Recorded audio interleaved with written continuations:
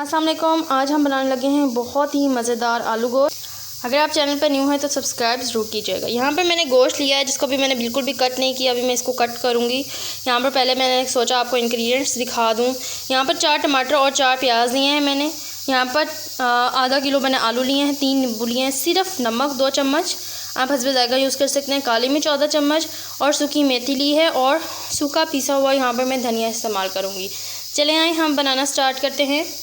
सबसे पहले तो मैंने गोश्त के स्मॉल साइज़ क्यूब्स बना के इसको पकने रख दिए हैं। यहाँ पर वेट लगा दिया क्योंकि 45 मिनट तक ये बीफ है और बड़े का गोश्त है गाय का, तो ये टाइम लगेगा इसको। तो यहाँ पे मैंने इसको सूखा धनिया पिसा हुआ 2 चम्मच बड़े डालकर थोड़ा सा ऑयल डालकर इसको पकने रख दिया है। 45 मिनट बाद मैं इसको ओपन करूँगी। दूसरी तरफ मैं टमाटर प्याज को थोड़ा सा ऑयल डालकर अच्छे तरीके से भून लूँगी। यहाँ पर आप देख सकते हैं टमाटर प्याज बिल्कुल अच्छे तरीके से फ्राई हो चुके हैं।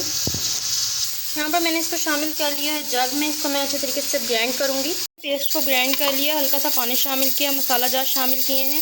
अब अच्छे तरीके से इसको भून लूँगी। मैं यहाँ पर नींबू का रस शामिल करूँगी। यहाँ पर मैंने आलू शामिल किए हैं, इसको मैं अच्छे तरीके से पकाऊँगी। अब यहाँ पर आलूओं को मसाले में ही मैंने यहाँ पर वेट ओपन किया। हमारा गोश्त यहाँ पर तैयार हो चुका है। गोश्त को आप तोड़कर चेक कर सकते हैं कि आपका तैयार हुआ है या नहीं। ये देखें हमारा तैयार हो चुका है बहुत ही अच्छे तरीके से। आलू के मसाले और आलू को मैंने गोश्त में ही शामिल कर लिया है। इसको 15 से 20 मिनट तक बहुत अच्छे तरीके से पकाऊंगी ताकि हमारे आलू जो हैं वो अच्छे तरीके से अब गल जाएं, वो कच्चे ना रह जाएं।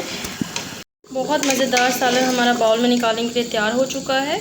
चलिए आए अब हम इसको बाउल में निकालते हैं। बहुत मज़ेदार हमारा आलू गोश्त का सालन तैयार हो चुका है। घर में ट्राई ज़रूर कीजिएगा। चैनल पर न्यू है तो सब्सक्राइब कीजिएगा।